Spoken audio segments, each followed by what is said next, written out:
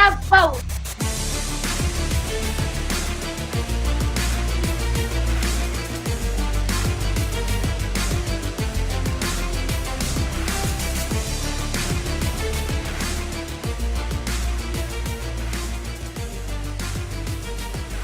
Court is in session with Ryan in Sacktown on If You Don't Like That. Now, Ryan in Sacktown.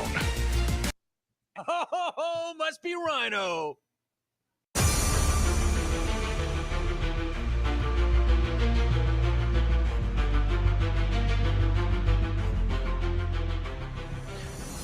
Bane, what am I going to do with you, my man? What am I going to do with you these days, man? Here we go. It is a Thursday night football day. You guys ready for some football again? Welcome into the King's Court. Ryan in Sacktown with you. Big day in Northern California.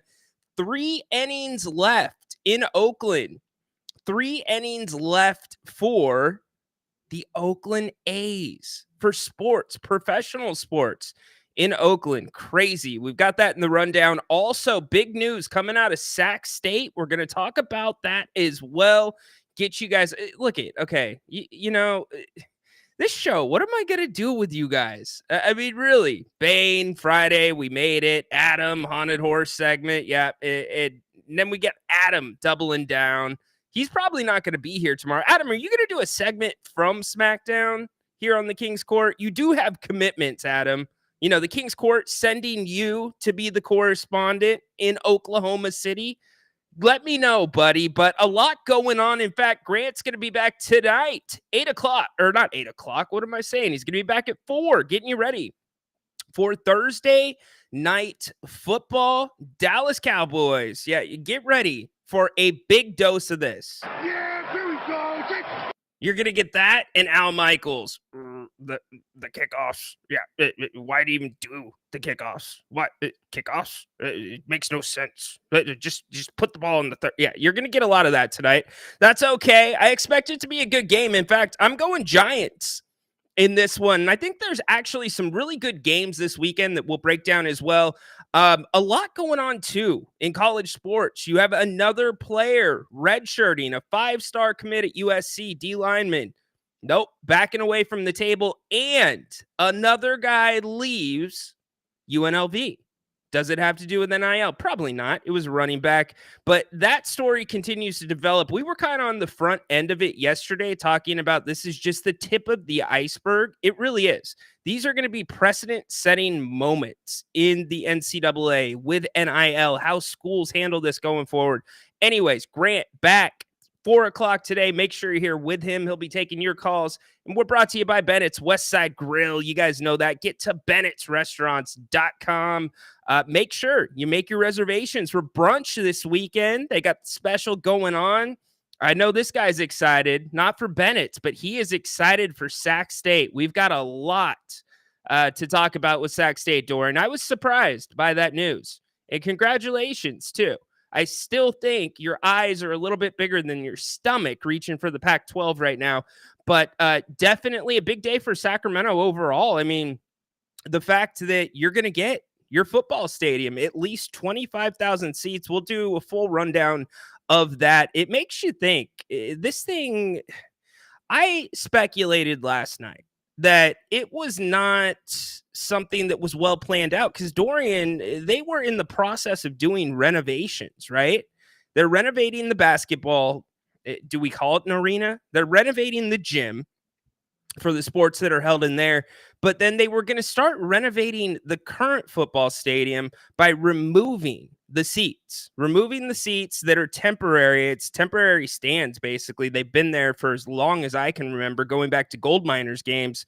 And now all of a sudden, it's a new stadium. How did we get here? And they've already got a firm that's handling it. So incredible stuff by them. Now, are they putting the cart before the horse? Is this too soon? Is this something that should have been a little bit more strategically planned?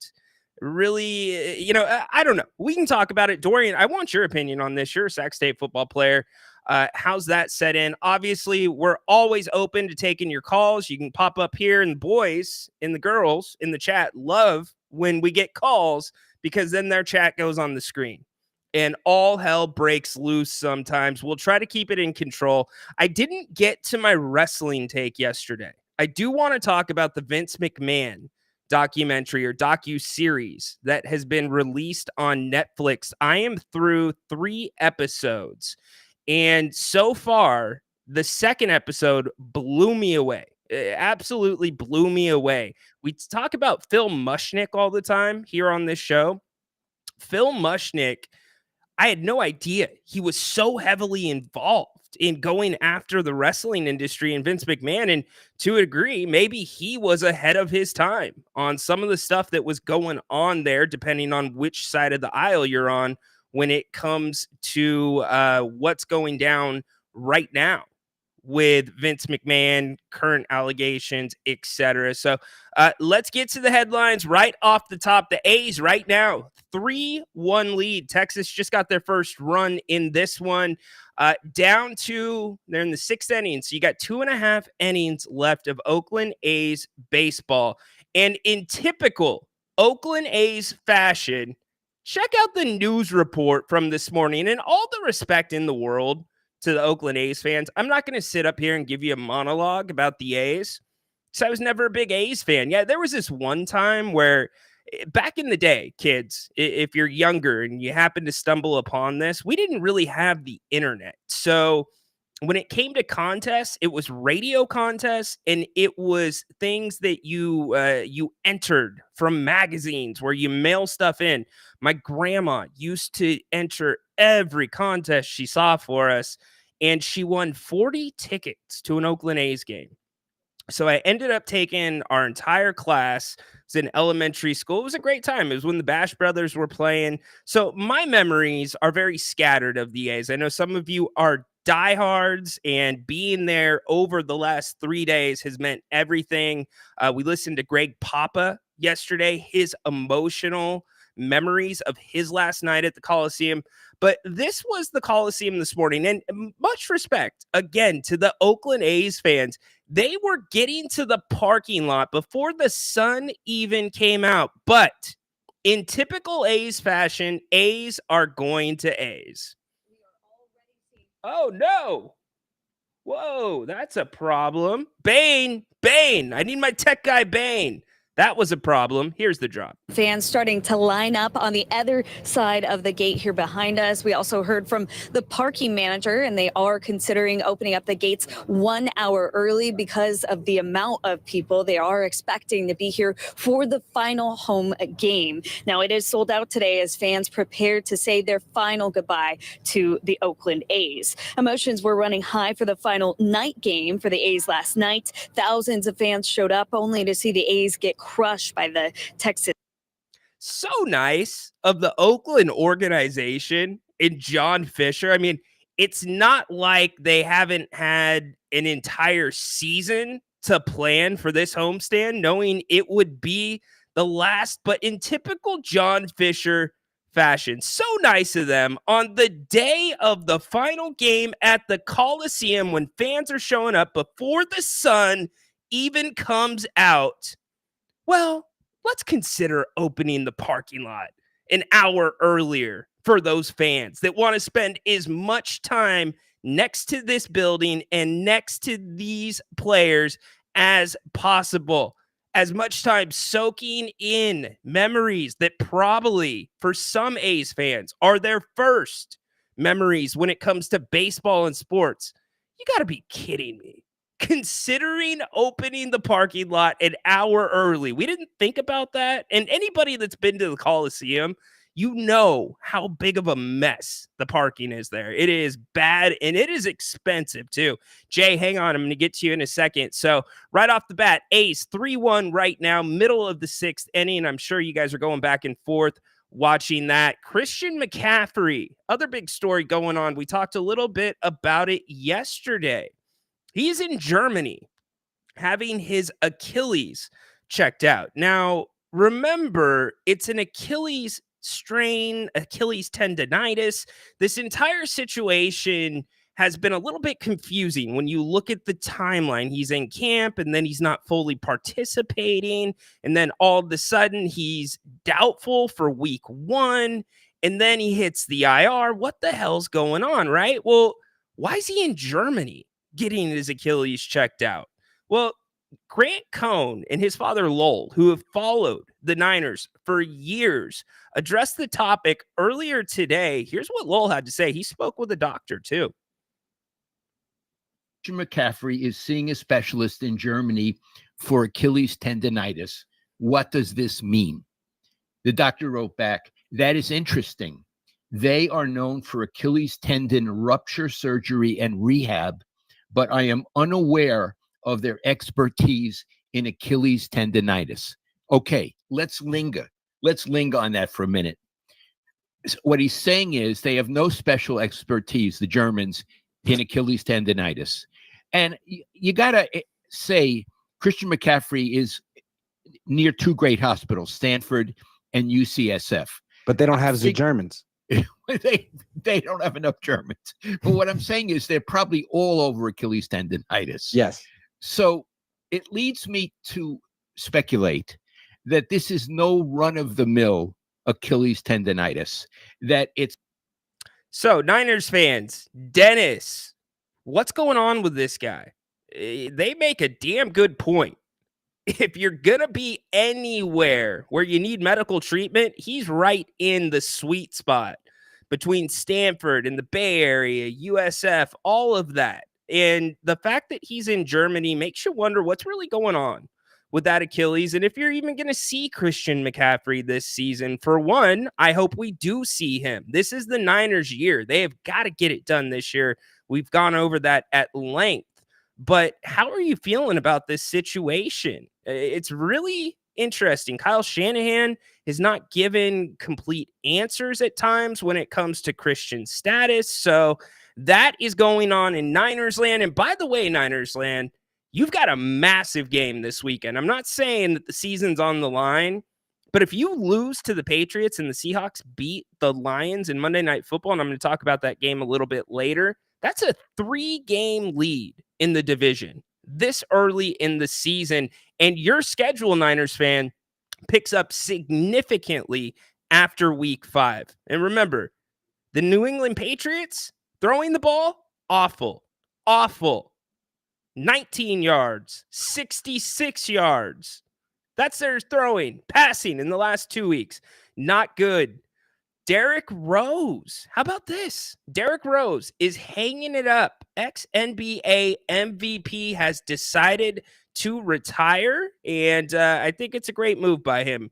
He special. Is that how you describe him? You remember when he first came into the league? Absolutely incredible. It was fun to watch him play. I think that's when our cable services still had WGN, and you would get some Bulls games here and there. But that streak that he went on, that was started in Chicago and then goes into Milwaukee, everybody was just hanging by a thread watching Derrick Rose. Now his career, certainly some feel there was some game left on the table, a lot of that due to injuries, but Derrick Rose hanging it up. Rose on social media that he is retiring from the NBA after 16 seasons. The Inglewood native was drafted first overall by the Bulls back in 2008, where he won Rookie of the Year before becoming the youngest MVP in league history. As part of his announcement, Rose actually took out some full-page ads in each of the markets he's played for, thanking the game of basketball. And in that statement, Rose says, "Thank you, my first love. You believed in me through the highs and lows, my constant when everything else seemed uncertain. You showed me what love truly meant." It goes on to say, "You introduced me to new places and cultures that a kid from Chicago could have never imagined. You taught me that every loss was a lesson and every win was a reason to be grateful." Rose ended it saying, "You told me it's okay to say goodbye, reassuring me that you'll always be a part of me no matter where life takes me." So congratulations to Derrick Rose on a hell of a career. Some of you Kings fans, the second that he was released, you're hitting me up. Rhino, should the Kings get Derrick Rose? No, not a chance. So anyways, this I'm going to save, but the Shohei Ohtani 50-50 ball. One, it's already up for auction. It's scheduled to start being auctioned tomorrow. Two, somebody is suing, saying that the ball was stolen from them. Yes, there has been a lawsuit filed in Florida about this. So I want to get into that a little bit more. We'll talk about that. Brett Favre diagnosed with Parkinson's. Really bad stuff there. He was testifying in DC and disclosed that as part of his testimony. Probably heard about that. Also, a great one of the great Vikings quarterbacks also has announced he has dementia. So a lot going on with football players, and it brings you back to Tua Tagovailoa. What's he gonna do? What is he gonna do? UFC. How about this? Antitrust lawsuit. They have reached a new settlement, $375 million. Now, the first settlement was thrown out by the judge. The judge said, nope, I don't think that's sufficient. They've now hit 375, agreed on that. They will go back in front of the court to try to get that settlement approved. But a big deal.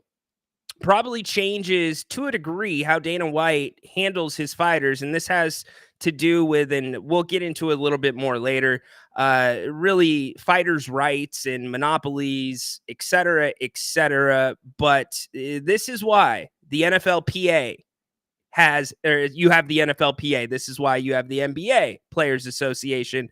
Fighters, wrestlers do not have unions or associations. And that can get a little bit hairy for those athletes and those promoters. As I said, let's get up in here on the phones. Jay, what's up, my man? How you doing, Rhino? Great, dude. It's been a while. Yeah, I've been busy with school starting back up and everything, but doing good. Yeah, I heard about you were mentioning the Sac State building a new stadium earlier, I believe, when I came in. Yeah. They're not getting into the Pac-12. No, they're I'm not. just gonna. That's a very. That's not happening. Yes. The Mountain West would be a great. That should be their plan A, because if they think plan A is Pac-12, it's just, but they start packing your bags because yeah. So Mountain West would be great for Sac State, but I really don't think they would even make it into the Mountain West. I don't know when the last time a California State University has been in the Mountain West. Do you recall any?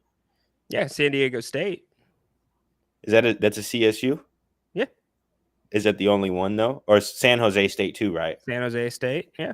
Okay. So you've got a lot of state universities that are in the Mountain West or were in the Mountain West. Colorado State, I know they're on their way out. Fresno State. Yes, Boise State. It's comprised of a lot. And before that, you only had a couple of, what do you call them? UC schools or whatever. What we call UC schools, like University of Utah was in the Mountain West. Now they're Pac-12.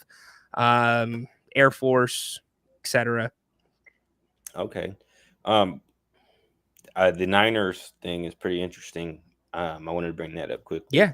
I didn't know McCaffrey went to Germany for his Achilles. To me, that does sound a little concerning. I'm not a Niner fan, so I don't care. But I am a fan of Christian McCaffrey. I think he's a great running back. So that's a little bit concerning for sure if you're going to a specialist out of this country to go get a checkup. It's probably more serious than what they're reporting if you have to go do that. As you mentioned, Stanford's right there, and forgot the other school, UCSF, I believe. Yep.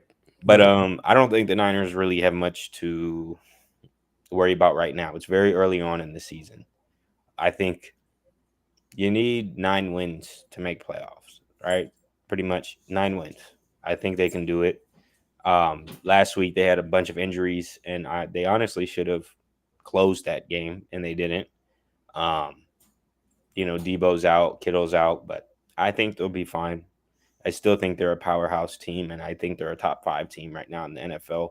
You can look at records, whatever you want. I mean, you can look at the Baltimore Ravens record right now. Sure. Only 1 win, but it's very early on. And like I said, you only need 9 wins. This isn't like the NBA where it's an 82-game season and you're 10 games down. It shouldn't be that difficult for teams with great quarterbacks and great weaponry around them to achieve 9 wins. But I really wanted to ask you, since it's training camp. Yeah. Sacramento Kings. Grant might disagree with me on this. I know the Kings' goal is to make a playoff run. Mike Brown's goal is to win a championship. DeRozan's goal is to compete for a championship. And I'm sure Fox and Sabonis are on that same page.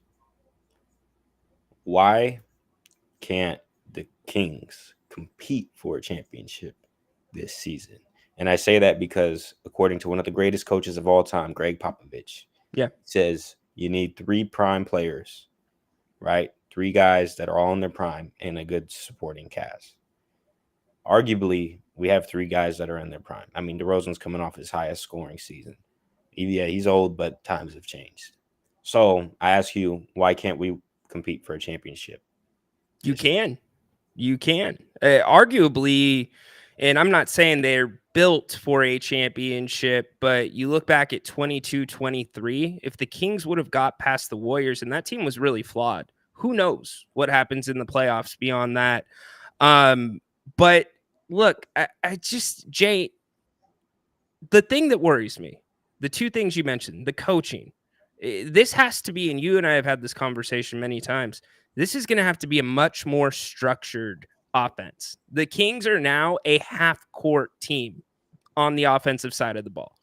And so how the team adjusts to that, you can't play a free-flowing style where you're not calling plays. He's got to adjust there. But also the basketball IQ, it just has to go up. Like, it doesn't seem like this team has a lot of defined roles, and Sabonis, he's the rock, right? He is your motor. He's the one that's going to bring it every single night. Not saying that Fox doesn't. Fox has had an excellent offseason. Talked to a few people close to him. One of his best off seasons that I've heard in years.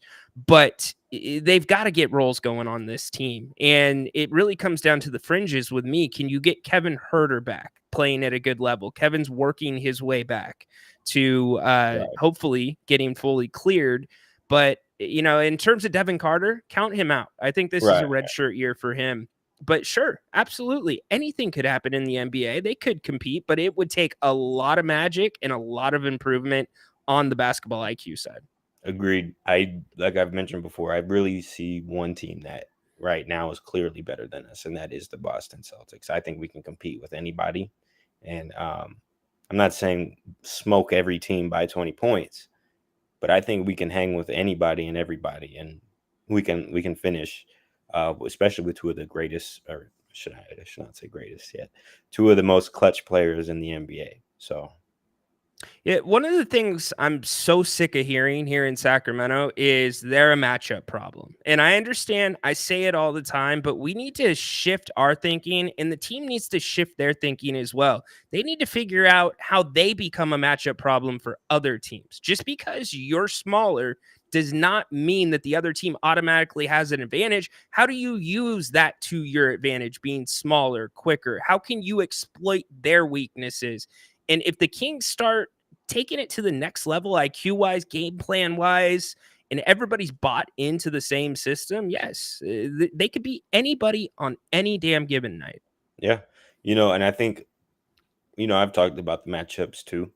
And I think a benefit with picking up DeMar DeRozan now is, although we may be smaller, right, at the 4 and 5 position, we also have a star now at each of the main positions. So we have a star at the 5, we have a star at the point guard, and we have a star at the small forward. The shooting guard. I don't know if I'd say star. You got all stars. You've got a star and 2 all stars. We got more than serviceable players at the main positions, right? Sure, absolutely. Run an offense. I think that's going to help subconsciously, I guess you can say, with the matchups, being that we have facilitators at every main position. Any one of those guys can facilitate an offense. Yeah.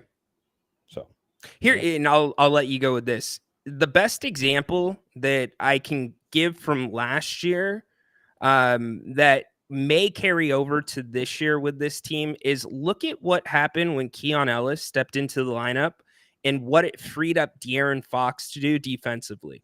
Steals went through the roof. The team defense got tremendously better. In fact, their net rating tripled the second half of the season, even though their record was not great. So now let's translate it to this year. You have DeMar DeRozan, and I'm going to talk more about the offensive side of the ball.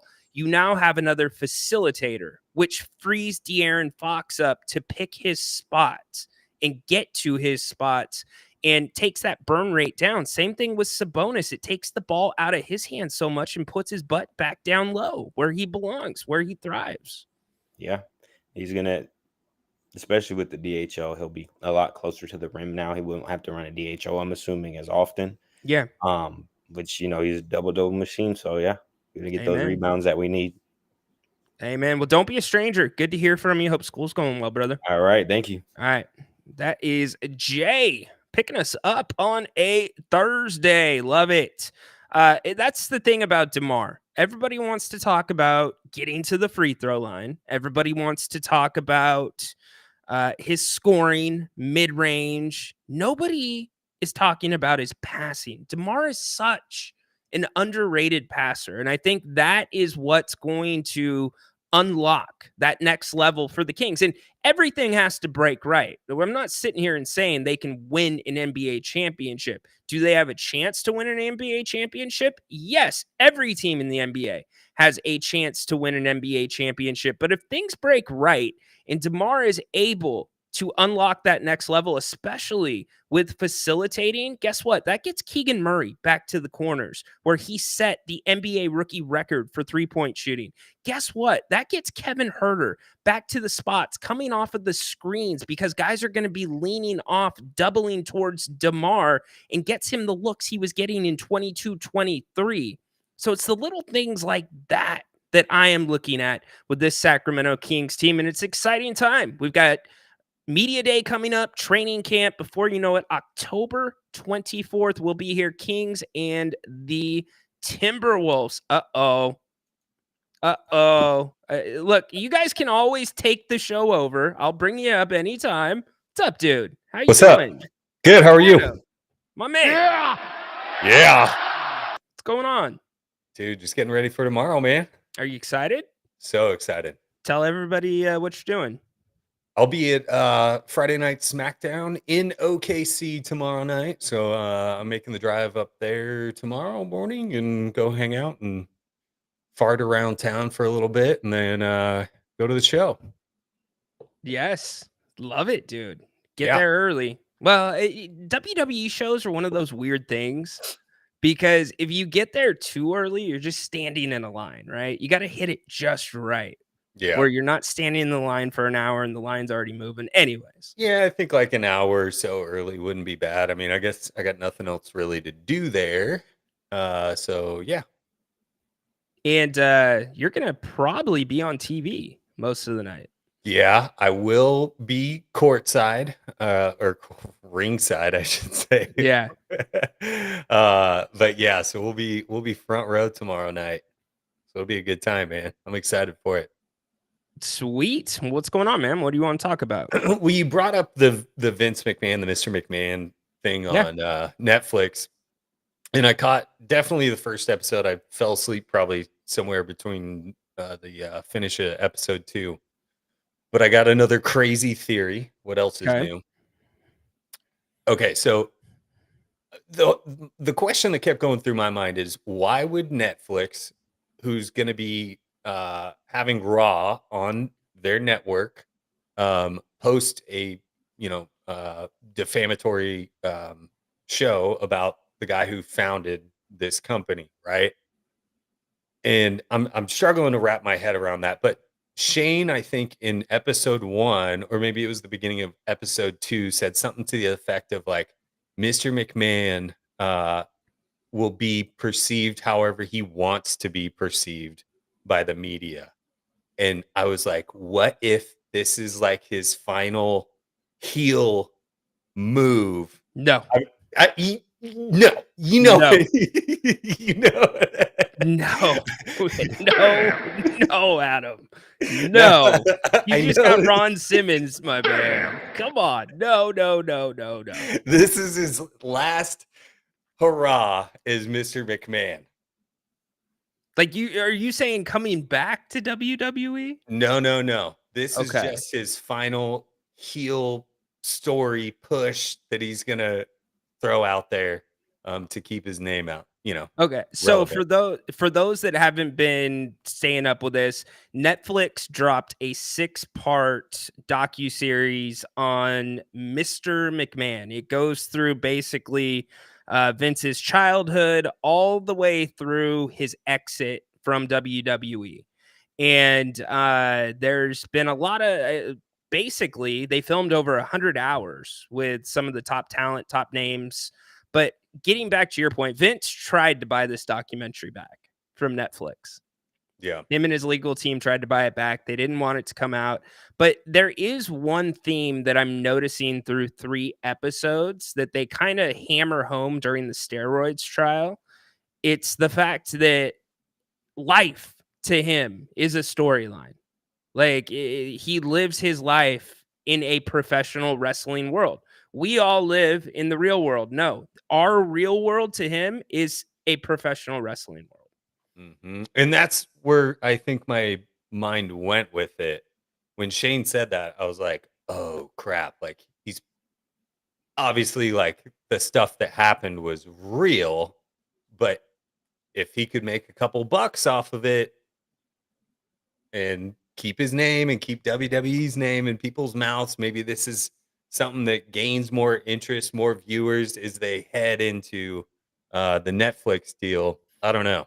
So I did talk to my buddy that works for the WWE, and I asked him a question, something that you talked about. You were like, well, why would they do this with Raw coming to Netflix? And it's pretty clear through 3 episodes, they're going to paint this as the comeback story and a completely different administration with Triple H and how things are being run and done ethically and the performers are taken care of and the schedule's right.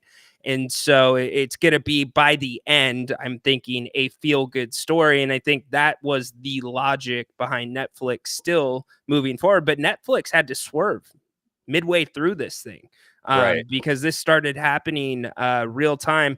And I don't know if Vince should be concerned about having one more heel run. I think he should be concerned about whether or not Diddy has a cellmate right now. Because their allegations, in Diddy's case, charges are very similar. If you've been keeping up with the news, and the federal government is investigating Vince right now. Yeah. So, well, you never know. I'm not going to put it past old Vinnie Mac. Hey, I'll give you an LA night. You did. I thought you were going with he's going back to WWE, and I'm no chance in hell is he going back to WWE. No, I think one more moment in the spotlight. I don't know. Anyway, maybe I'm overthinking it. It's all good, man. Cool. Well, are you going to podcast about your time at SmackDown after the fact? Yeah. I'll be here tomorrow for sure. Okay. Because the show doesn't start till 7, so we should have plenty of time to crank out, a little WWE segment tomorrow. Cool. Maybe if we go a little bit early, that might be cool. Yeah, we can go front end. That's fine. Cool. All right. And then we'll get this party started tomorrow. All right. Love it, dude. Thanks for the call. Yeah, thanks for having me. Yep, of course. Adam bringing the heat. I'm glad he brought up the Vince McMahon stuff. That kind of takes care of what I was going to talk about with Vince McMahon. Go check it out. Even if you're not a wrestling fan, it's a really interesting story. And I think the only thing that I was going to point out on top of that was that Phil Mushnick, New York Post columnist, and you either love this guy or you hate this guy. But he is definitely one of those people always seeking the truth, and it doesn't matter if he ruffles feathers. He is not afraid to stand up to some of the biggest figures in sports in the world. And he definitely did that with Vince. There is a big overlapping theme about Phil Mushnick uncovering or reporting on some sexual scandals that were happening early on in the WWE that were underreported Dorian, I'm going to get you in 2 seconds. I want to set you up, though. Let's get to the Sac State news really quick, and then we'll bring Dorian on because he was a football player at Sac State. Hey, don't forget, we are brought to you by Bennett's West Side Grill in Rockland. Make sure you go to bennettsrestaurants.com. They have 3 locations. You know this: Sacramento, Roseville, Rockland, and the Blue Oaks Town Center. Happy hour tonight for Thursday Night Football, 2 to 6 o'clock. Sips and taste. They've got an amazing happy hour menu. 60 different glasses or 60 different wines by the glass. Also, weekend specials. Love them. Prime rib, Friday, Saturday, Sunday. Brunch special, 2 entrees, bottle of champagne, under $50. You can go to bennettsrestaurants.com also to get gift cards, read the menus, make reservations, book their private dining rooms. In fact, don't forget, we are going to set up when Grant's back in town. We've already been talking about it both privately and on the show, a watch party for all of us with If You Don't Like That to get together for a Kings road game. Grant and I will broadcast from Bennett's that night, and we will hang out and watch the game. So do us a favor. We're not blowing smoke up your rear. Bennett is that damn good. Just ask Dennis, as anybody in the chat that has been there. Huge thanks to Brian and the team at Bennett's for sponsoring the Kings Court today. All right, so we've talked about Sac State over the last couple of weeks. Their quest to join the Pac-12. I have maintained that's not happening. Not happening, not even close. I've said at best Mountain West, and even with the Mountain West, there are a lot of hurdles that they would have to hit, and that takes a lot of strategic planning. You don't just raise $50 million in NIL, $5 million for the transfer from FCS to FBS.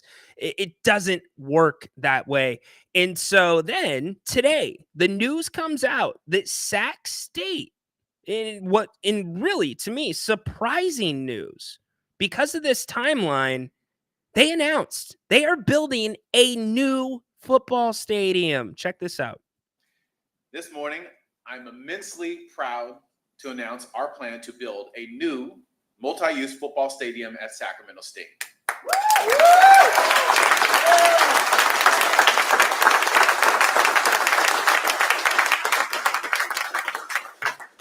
The new state-of-the-art stadium will support multiple sports, including football, as well as men's and women's soccer. We are also excited to announce the stadium will also support our nationally renowned men's and women's rugby teams. In addition to football, soccer, and rugby, the stadium will support other intramural, recreation, and club sports. The stadium will also serve as a site for major campus events, such as our fall and spring commencements and our convocation ceremonies. The stadium will also host collegiate, professional, and international competitions, NCAA championships, and concerts. This will be a place where the community can come together and celebrate together. This will be a stadium where teams can compete on a national stage and show the country the best of Sacramento State and the best of our city and our region. The stadium is a commitment to our belief that Sacramento has a spirit and passion to turn this city into a college football town. How about that? Turn this city into a college football town. So this new state-of-the-art multi-purpose stadium will be more than just an amazing home. Yeah, we talked about that. Oh, that's what I wanted to tell you. The campus has secured architecture from Populous to Design. The stadium, which will be constructed at the site of the current Hornet Stadium. Now, what's interesting to me about that is they put so much into that track. Is there any way they're going to be able to preserve that track? And as for commencement spring, it's going to be hot, but nonetheless, still very exciting news for them. Let's see. The stadium will accommodate a minimum of 25,000 in future. I'm reading from the press release here. A horseshoe design, including student sections, premium seating, and boxes. Renderings will be released in the coming weeks. So how about that, Sac State? Stepping up to the damn plate, making a bid to really step their game up. And speaking of stepping their game up, Dorian, my buddy right here, he was a football player at Sac State. You got the floor, my man. Hey Ryan, great to be on the show, brother. Yeah, And again, so as great always, you're here. man, congratulations on your success and keep up the Thank great you. work, man. I really appreciate what you and Grant do. So thank you so much. Before I talk about Sacramento State, man, I really miss wrestling. I know you guys have your wrestling shows and stuff like that. And Yeah, man, the Stone Cold Steve Austin, Booker T, that script was so amazing. I mean, every once in a while on Instagram, I'll see like these videos of when they went to the grocery store. That was amazing, man. And Eddie Guerrero, shout out to Latino Heat. You know, those are some good times, man. That was it called, the Attitude Era?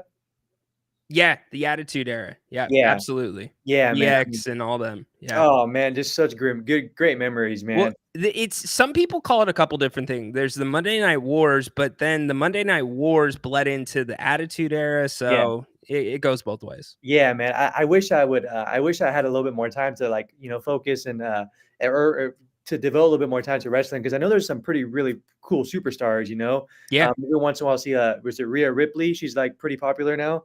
Yeah. So man, that's awesome. You know.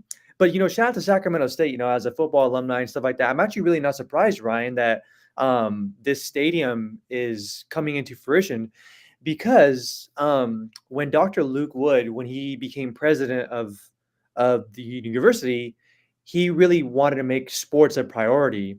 And even back when I was playing football and back when I was a student, there were talks about, you know, renovations and making the stadium better, and then having commencement, you know, at a much earlier time, and not having to rely on Arco and then now Golden One for commencement.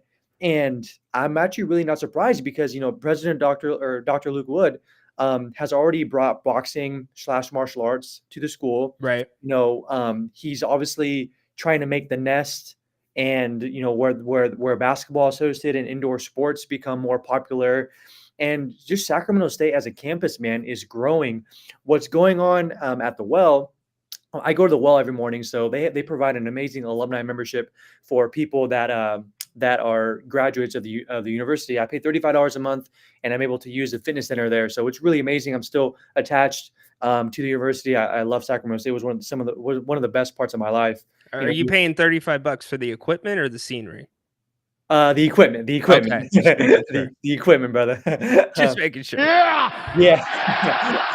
But it's really cool, because, you know, I always, when I'm there, I just have so much like flashbacks of like, man, that used to be me, or like, it just, I have so much things that go on in my head during that time. But, you know, Sacramento State was such an important part of my life. But, you know, what they're doing with the Well, you know, it's going to be really interesting to see how that's going to play out, you know, because, you know, the fitness center, and then you're going to expand the basketball court and make it much more visual and much more aesthetic, and make it better for the NCAA basketball players to, you know, play in, and gymnastics, all these different things. Gymnastics, you know, they just got a whole new arena. They just got a whole new building for them to work out in too. Right. So, you know, Luke Wood is really trying to make sports a premier kind of destination for Sacramento State, and for people that are looking to, you know, be a part of Sacramento State.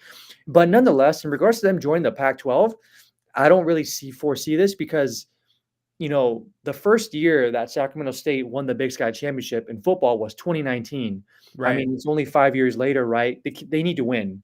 Right. You know, in order for them to be a Pac-12 team, Sacramento State needs to win. Right now, their record is 2-2, I believe. So, you know, they made the playoffs the last couple of years and stuff like that.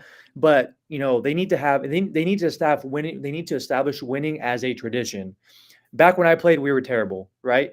But it was really fun, obviously, to play and do all that stuff. But, you know, in order for them to be a Pac-12 team, besides the media stuff and how Sacramento's a big media market, they need to win. Second is people need to go to attend these games. Bingo. And Sacramento State isn't a college town, right? It's a commuter campus still. Yep. And even with the growing population of Sacramento State, there is much more cooler things to do than to go to a Sacramento State athletic event, you know? The downtown life, the Kings, the Sac Republic.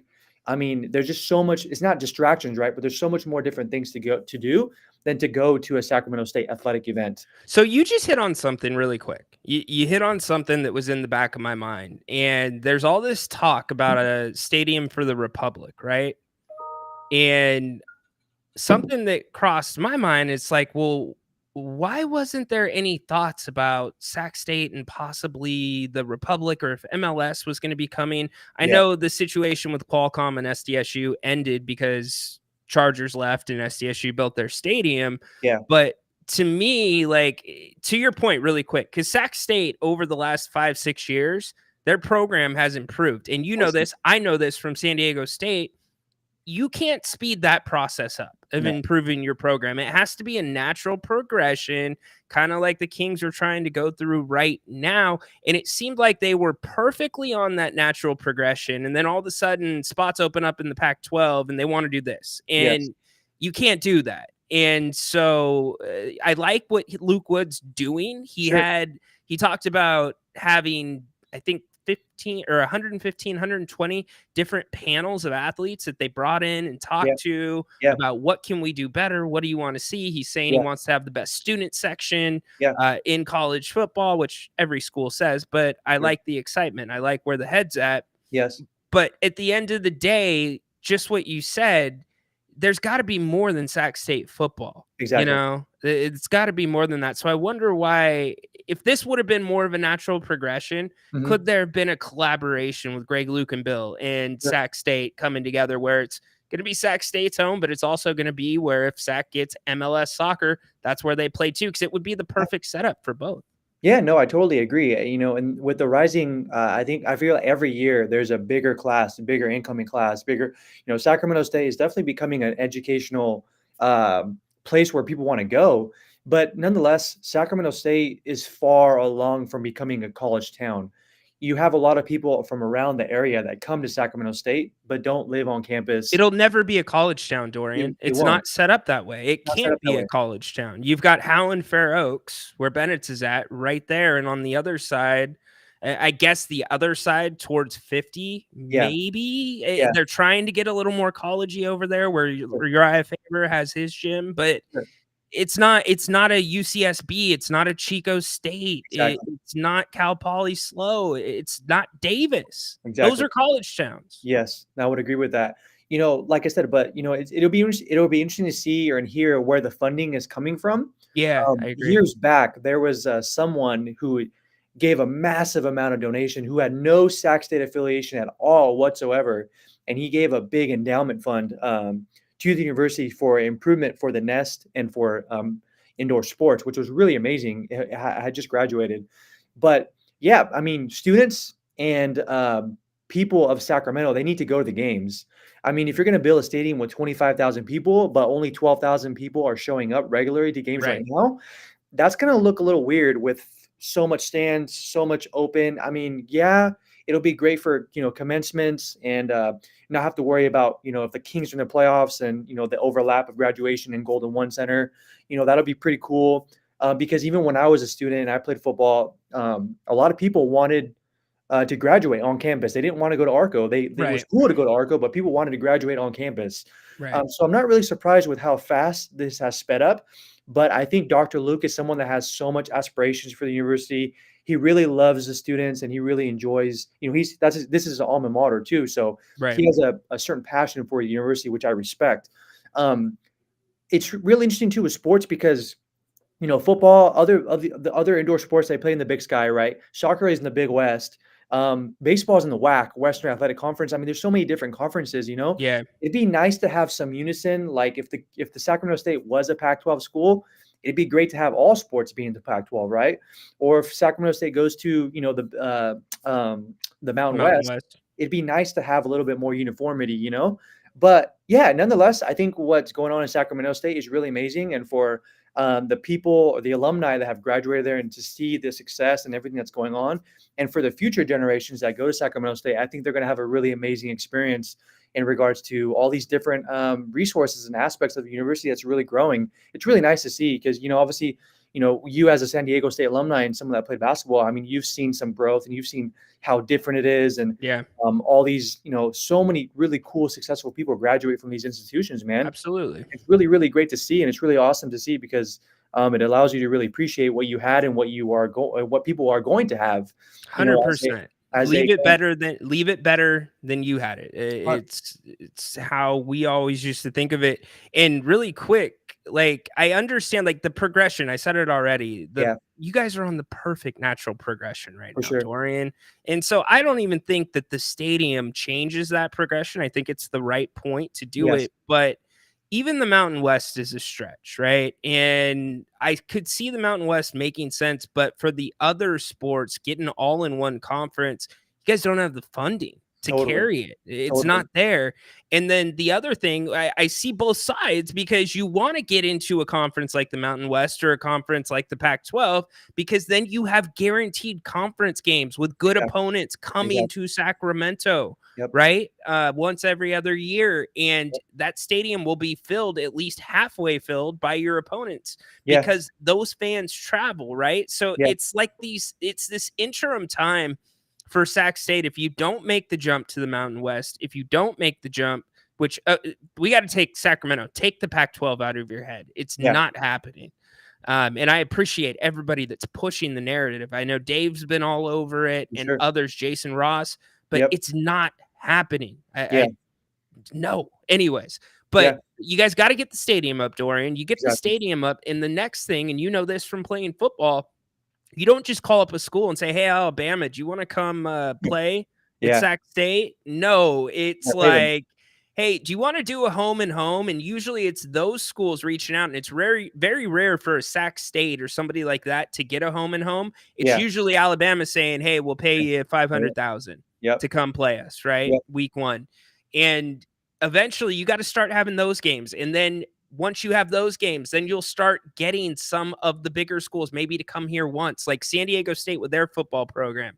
They got Arizona State after like 4, 5, 6 years of lean times, going everywhere else. That's the progression this has to take. And then you get into a conference, build your team, build your program, but it's exactly where it should be at right now.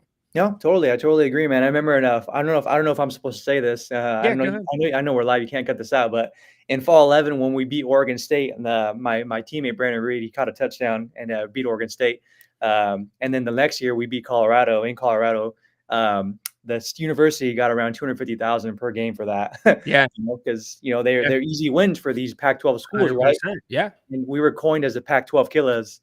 Because we beat those two teams, those back-to-back years. It was really awesome. It's really an amazing experience, man, to be in that kind of football environment, where, there's so many people there. It's like, oh my gosh, we're expected to lose obviously by a lot. And then we come in and upset these teams. It's pretty awesome. So Dorian, I can't relate to you any more than we are right now, because speaking of the progression, that's what it's about. Like for us at San Diego State, like we had Arizona come in my freshman year. And I was filming games my freshman year. I was just like barely practicing and stuff. But then my sophomore year, when stuff changed, we got to go to Texas Tech, right? And you're playing in a arena as big as Arco Arena. The fans know all the the fans that are behind our bench know all of the guys that are on the team and talking crap. It's those experiences when you're a small school in your building that you thrive on. And guys like you that are alumni, that's the shit that you share with the next group or the group in front of you. And then they get to do something better. Like the guys that were after us, they got to go play Kansas at Kansas, right? And you build and build and build. And that's where you get to where you want to be. So share those experiences. Like that's exactly how a program is built. Bingo. Yeah, totally, man. I'm super excited for the university. And to answer Patrick, what's up, Patrick? And what's up, Adam? What's up, Dennis? Patrick mentioned or asked about the basketball team. The basketball team has kind of been up and down a little bit. They just recently had a new coach. Coach, I forgot his name, but he went back to LSU. And I think the women's finally made the tournament. I believe it was last year or 2 years ago. They finally made the tournament, which was really awesome. That was a really big step for the women's program. But nonetheless, I think it's a really amazing what's happening at Sacramento State is awesome, but people need to go to the games. They need to be able to show that there's going to be consistency in selling out or going to the games. And then also, I think it's going to be interesting to see the layout of the school and how it's going to look like, just because Sac State's kind of like in a little corner kind of. And then you have Folsom Boulevard with, Uriah's gym and stuff like that. But yeah, man, it's a really, really cool times we're experiencing right now. I think Dr. Luke Wood has just amazing intentions, and I think his aspirations are just next level. compared to the other couple presidents that we've had, even though they've done a really amazing job, in my opinion. But yeah, it's just really awesome to see, be an alumni. And Isn't it exciting? it really It's is. so exciting to see it build. Yeah. It's so cool. I'm so thrilled for you. Yeah. Especially that you're here in Sacramento and you're around it still. Exactly. And I'm 'Cause there. you'll always have that. Yeah, totally. And I'm there basically every morning going to the well. I mean, I don't go deep into campus, but I'm still attached to the campus, and Yeah. still a love of mine. It was such an important part of my life. I went to San Diego State one time. I was going to go be a strength conditioning coach, and I was going to go do my master's. And I went to the weight room, and San Diego State was so nice, man. I mean, man, what talk about eye candy? Like, oh man, such a beautiful place, brother. You went to an amazing layout Yeah, school. It's like right up in the hill. It's really cool. It's gorgeous. Did you go to the rec center, or did you go to the athletic? The rec center wasn't very, very nice. It looked kind of like a kind of dungeon kind of. I don't know if that's a really good word to describe it, but I wasn't really impressed because coming from the well, the well was built in 2010, and I was, I got to use the well for my last year of college, and man, it's so big, it's so much stuff, and I feel like San Diego State just wasn't as cool, Yeah, the arc is pretty basic, but the new facilities that they've, like Jacobs Hall, that was built just for the basketball program, freaking unreal. Yeah, it's unreal. But yeah, no, it's beautiful down there, and the scenery definitely is not bad. For sure. My dad, I'm going to get in trouble for this because I know my mom listens from time to time. Yeah. My dad was moving me in freshman year. Yeah. To the dorms. Yeah. And I was on the second floor. My dad just got stuck in the stairwells so many times, and I don't even think he was moving, and he's just looking around. Yeah. Because you had girls that were living across the hall from you in our dorm. It was, wasn't like a male or a female dorm, and he finally turns to me, Dorian, and he's like, I'm paying for you to live here. Like, are you serious? That's awesome, man. But yeah, so many good experiences. That's so cool, man. It's crazy to see, now I'm 31 now, like to be older and to like see these things, like it's really unique for everyone that goes to college or is watching or even thinking about college. I mean, it's not for everyone, but you make it what you want it to be, joining clubs, and maybe you get to play sports and stuff like that. But it's such an amazing experience, man. It's amen, brother. really awesome. Yeah. Good talking to you, man. Same to you, Ryan. Appreciate you, man. Keep up the good work. Be well, Dorian. Dorian, bringing it. Love it. Absolutely love it. So there's your Sac State segment. Dennis, my man, Dennis, you have not been to a Stockton Kings game. You got to get down there, Dennis. Get to Stockton, my friend. Here's why. This is why I say get to Stockton, especially last year. You missed out last year. But they put on a really good product. You can be close to the court for a much cheaper price than you will pay in Sacramento. And if you have kids, by the way, it's perfect for your kids because there'll be a name or two that they recognize if they're Kings fans. And on top of that, it's I don't want to say it's intimate, but it's awesome. It's so interactive. I love covering the Stockton Kings. Love it, love it, love it. We'll be doing it again this season. Go back. I did a podcast last year about the experiences down there, but get down there. Get down there, Dennis. You do not want to miss that. Let's see. Haunted Horse hopping in. Just got here. How many times has Ryan been wrong so far this show? Donut, my friend. Donut. In fact, let's get you an update on the A's. 9th inning. A's up 3-2. 3-2 in the 9th inning. If you want to go check that out, check that out. I had so many more things that I wanted to get to. Yeah, exactly right now. So we're going to sign off the air. Go get you some A's. Get a little break. Come back. 4 o'clock. Grant's going to be right here getting you ready for Thursday Night Football. I've got the Giants tonight, if you're wondering. I've got the Giants. The Cowboys, only 1 sack last week. Or wait, let me make sure I said this right. I got my game notes. A couple of stats that stick out for me. You've got 2 guys for the Cowboys that are doubtful in the backfield or in the defensive backfield. I think that hurts them. Although the Giants have a DB out that is really important to what they do, Jenkins, I believe. So I think that will balance out. Now, what I think is going to be the difference in the game is the Giants' run game. Danny Dimes has had 2 games with over 100 quarterback rating, by the way, over 100 quarterback rating, which is different for him. He's only taken 2 sacks though. Only 2 sacks last week and 1 the week before. That was the stat that I wanted to tell you. The offensive line right now is playing really well for the Giants, or at least in the last couple of weeks they have. And conversely, the defense for the Cowboys has been awful. The last 2 weeks, they've allowed a league-high 7.7 yards per play. Their secondary, as I said, banged up. That's going to play into it. And they have gotten no pass rush whatsoever the last couple weeks. So to me, I think that, in fact, last week, 0 sacks. The week before that, only 1 sack. I get the Giants probably don't have an answer for CeeDee Lamb. I get it's a divisional game, but I've got a feeling tonight that it is going to be the New York Giants winning this one. Not saying that just because I work with Grant. So anyways, Malik Neighbors going off. We'll see. That's the other thing. Remember when we were doing the pregame for Monday Night Football? And I got to get out so you guys can get to the A's game.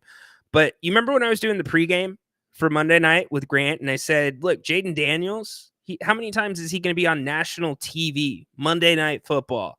He's going to ball out. He did. And I think Malik Neighbors will do the same tonight as well. So Adoree Jackson, that's right. He is questionable. So there you go. All right.